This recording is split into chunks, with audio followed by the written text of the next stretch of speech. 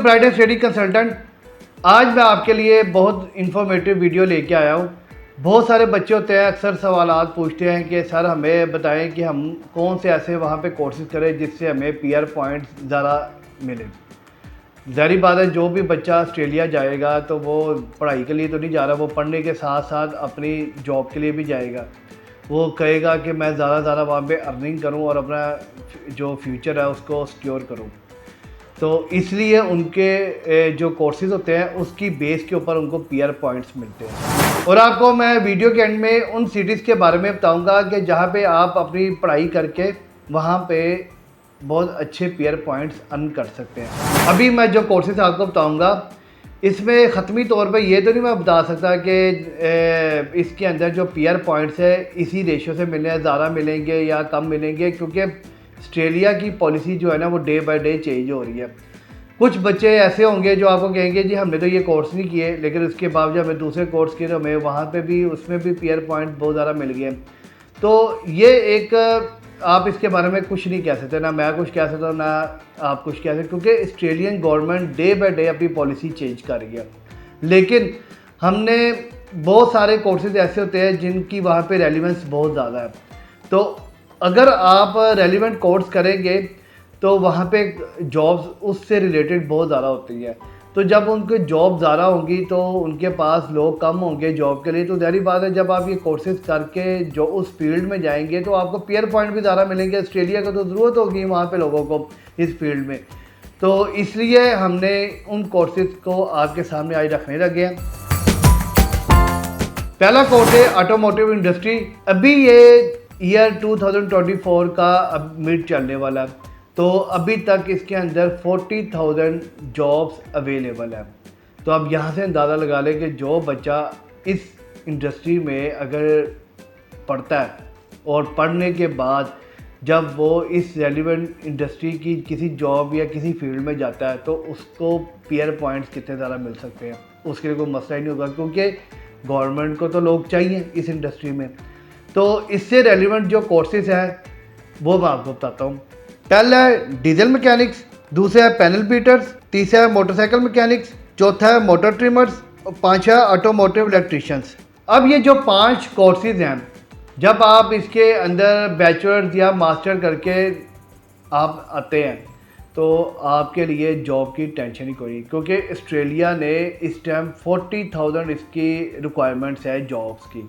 तो अब यहाँ से अंदाज़ा लगा ले कि इसके अंदर पीआर आपको कितनी जल्दी मिल सकती है। नो डाउट कि पॉलिसी चेंज होती रहती है, लेकिन ये एक ऐसी फील्ड है कि इसके अंदर आपको उनको अफरादी क़ुव्वत चाहिए होती है। अब चलते हैं सेकंड नंबर पे। सेकंड नंबर पे है जी agriculture and environmental sciences. 70% Australia में इस टाइम जो लैंड है वो तकरीबन खाली है और 30% पे सिर्फ आबादी है और बाकी 70% पे उन्होंने एग्रीकल्चर के लिए रखा हुआ है, लैंड सारी एग्रीकल्चर के लिए। तो अगर आप इसके अंदर मास्टर और या बैचलर्स करके आते हैं तो आप यहाँ से अंदाज़ा लगा लें कि उनको एग्रीकल्चर में कितनी अफरादी क़ुव्वत चाहिए। तो इसके लिए मैं आपको कोर्सेज बताता हूँ कौन कौन से हैं। पहले नंबर पे है जियोलॉजिस्ट, इन्वायरमेंटल इंजीनियर्स, तीसरे नंबर पे आ जाता है एग्रीकल्चर इंजीनियर्स। ये 3 कोर्सेज ऐसे कोर्सेज हैं जब आप इसके अंदर बैचलर्स या मास्टर करते हैं तो आपका ईज़िली आपको उस ऑस्ट्रेलिया में पीआर मिल जाती है, क्योंकि 70% जो लैंड है उसके ऊपर ऑस्ट्रेलिया ने एग्रीकल्चर के लिए दिए हुए हैं। और उसके ज़ाहिर बात है, जब एग्रीकल्चर के लिए दिए हुए हैं तो इतनी लैंड का क्या फ़ायदा जब खेत ही खेत है लेकिन उसमें काम करने के लिए लोग ही नहीं हैं। तो उनको आज के दौर में तो आपको पता है कि जदीद टेक्नोलॉजी आ गई है, साइंस का दौर है, तो उसके लिए उनको प्रोफेशन लोग चाहिए। तो प्रोफेशन लोग तो ज़ाहिर बात है पढ़ के ही आ सकते हैं। अब तीसरे नंबर पे है कंस्ट्रक्शन ट्रेड्स की। इस वीडियो में मैंने आपको बताया था कि 30% लैंड के ऊपर सिर्फ लोग रहते हैं और बाकी 70% जो है ना एग्रीकल्चर लैंड है।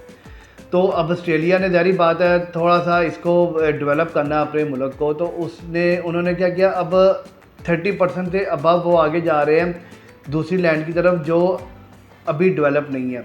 अब वो डेवलप ऐसा ऐसा कर रहे हैं। अब जो लोग या जो स्टूडेंट ऑस्ट्रेलिया में रहते हैं तो उनको अंदाज़ा होगा कि जगह जगह पे कंस्ट्रक्शन हो रही है, कभी कोई नया ब्रिज बन रहा है, कोई नई बिल्डिंग बन रही है, कोई नया कैंपसेस बन रहे हैं स्टूडेंट्स के लिए, कोई नए बिजनेस हब्स बन रहे हैं वहाँ पे ऑस्ट्रेलिया में इस टाइम। तो ज़ाहिर बात है, तो उसके लिए उनको प्रोफेशन लोग चाहिए जो पढ़ के आए हों, मास्टर जिन्होंने किया हो या जिन्होंने बैचलर किया हो, उनको पूरी नॉलेज हो। तो ये फील्ड उन लोगों के लिए बेहतरीन है जो डेवलपमेंट के प्रोजेक्ट्स में आना चाहते हैं। अब इसके अंदर आपको मैं कोर्सेज बताता हूँ। जो पहला कोर्स है वो है इलेक्ट्रिशियन का, दूसरा है प्लम्बर्स, तीसरा है कारपेंटर्स, चौथा है कंस्ट्रक्शन प्रोफेशनल्स, पांचवा है आर्किटेक्चर सर्विसेज। ये जो 5 कोर्सेज हैं आपको पता है कंस्ट्रक्शन से रिलेटेड है। जब हम इन कोर्सेज में मास्टर करते हैं या बैचलर करते हैं तो आपको पीआर मिलने के चांसेस बहुत ज़्यादा होते हैं, क्योंकि कंस्ट्रक्शन के लिए उन्हें लोग चाहिए। तो जो मैंने आपको कैटेगरी बताई है, तो जो इसमें बेहतरीन जो लोग हैं जिनका माइंड है कि हमने कंस्ट्रक्शन की फील्ड में जाना है, तो वो इन कोर्सेज में से सिलेक्ट कर सकते हैं। अब चौथे प्रोफेशन की तरफ चलते हैं। चौथा है वो है टीचिंग। आपको पता है टीचिंग प्रोफेशन सबसे बेस्ट प्रोफेशन है। ऑस्ट्रेलिया में सबसे ज़्यादा जो इस टीचिंग की फील्ड में जो सबसे ज़्यादा जिसकी डिमांड है वो चाइल्ड केयर की है, चाइल्ड केयर टीचिंग की। ऑस्ट्रेलिया में इस टाइम टीचिंग से रिलेटेड मोर देन 50,000 जॉब्स हैं। और अगर आप टीचिंग में जाते हैं तो टीचिंग में जो प्रोफेसर है और जो यूनिवर्सिटी और कॉलेजेस में जो टीचर लगते हैं उनकी बहुत ज़्यादा डिमांड है। तो जब आप इसमें बैचलर्स या मास्टर करते हैं तो आप ये ध्यान में रखें कि आपको पीआर वहाँ पे इजीली मिल जाता है। अब हम चलते हैं 5वें पॉइंट की तरफ। 5वां पॉइंट है आईटी, इंफॉर्मेशन टेक्नोलॉजी। आपको पता है ऑस्ट्रेलिया इस टाइम डेवलप्ड कंट्री है और वहाँ पे आईटी से रिलेटेड बहुत सारी जॉब्स अवेलेबल हैं। आईटी में सिर्फ सॉफ्टवेयर नहीं आ जाता, बहुत सारे कोर्सेज आ जाते हैं। इसमें 4 कोर्सेज हैं। पहला है सॉफ्टवेयर डेवलपर्स, दूसरा है नेटवर्क इंजीनियर्स, तीसरा है डाटा एनालिस्ट, चौथा है साइबर सिक्योरिटी प्रोफेशनल्स। अब ये जो 4 कोर्सेज हैं ये एक मेजर कोर्सेज हैं। अगर आप इन चारों में से कोई भी कोर्स सेलेक्ट करते हैं तो इसमें आपको पीआर मिलने के चांसेस बहुत हाई हैं, क्योंकि ऑस्ट्रेलिया एक डेवलप कंट्री है और आईटी की जो प्रोफेशन है इसमें बहुत सारी जॉब्स होती हैं। अब जो बच्चा भी इन से रिलेटेड कोर्स करता है तो उम्मीद है कि उसको पीआर मिलने के चांसेस बहुत ज़्यादा हो। 6वां पॉइंट है health care industry. Health care industry में जॉब्स कभी नहीं ख़त्म होती ऑस्ट्रेलिया में। इस फील्ड में उनको लोग चाहिए, वो भी प्रोफेशन लोग, जिसमें नर्सिस आ जाती है और नर्सिस के साथ फार्मेसी स्पेशलिस्ट भी आ जाते हैं और तीसरे नंबर पर डॉक्टर्स भी आ जाते हैं। अगर आप ऑस्ट्रेलिया में नर्सिस से रिलेटेड कोर्स करते हैं तो आपको सबसे ज़्यादा जो आउट ऑफ कंट्री है ना वो रीच करती है, क्योंकि नर्सिस का जो शोबा है उसके अंदर पूरी दुनिया में जितने भी हॉस्पिटल्स हैं वहाँ पे नर्सिस की रिक्वायरमेंट रहती है। तो ये सबसे ज़्यादा ईजी है पीआर के लिए। और डॉक्टर्स भी अवेलेबल, डॉक्टर्स भी उनको चाहिए होते हैं। और फार्मेसी, ज़ाहिर बात है फार्मेसी के लिए भी उनको लोग रिक्वायर्ड होते हैं। जहाँ पे हॉस्पिटल होंगे, नर्सिस होंगी, वहाँ पे फार्मेसी भी होगी। तो ये एक सबसे बेस्ट अपॉर्चुनिटी है लोग उन स्टूडेंट्स के लिए जो ऑस्ट्रेलिया में पीआर लेना चाह रहे हैं।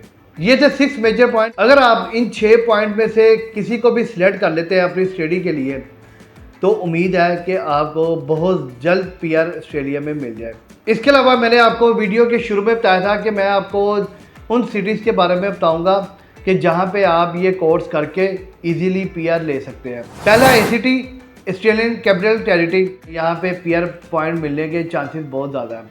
एसीटी में एक लिस्ट होती है स्किल्ड ऑक्यूपेशन लिस्ट, जिसको बोलते हैं एसओएल। ये लिस्ट हर साल अपडेट होती है, लेकिन वक्त के साथ साथ ये लिस्ट शॉर्ट होती जा रही है। तो जो क्या पता ये जो कोर्सेज आज मैं आपको बता रहा हूँ ये आने वाले वक्तों में उस लिस्ट में ना हो, तो ज़ाहिर बात है उनके प्रोफेशन कम हो जाते हैं। ज़ाहिर बात है जब एक जो स्टूडेंट पूरी दुनिया से ऑस्ट्रेलिया में पढ़ने के लिए आ रहे हैं वो अगर आईटी के शोबे में ही जाई जा रहे हैं तो ज़ाहिर बात है तो एसओएल लिस्ट में आईटी से रिलेटेड जो भी जॉब्स होंगी वो निकलती जाएंगी, तो आईटी का स्कोप कम हो जाएगा। तो ये लिस्ट अपडेट होती रहती है। अब चलते हैं दूसरी सिटी की तरफ। दूसरी सिटी है वेस्टर्न ऑस्ट्रेलिया।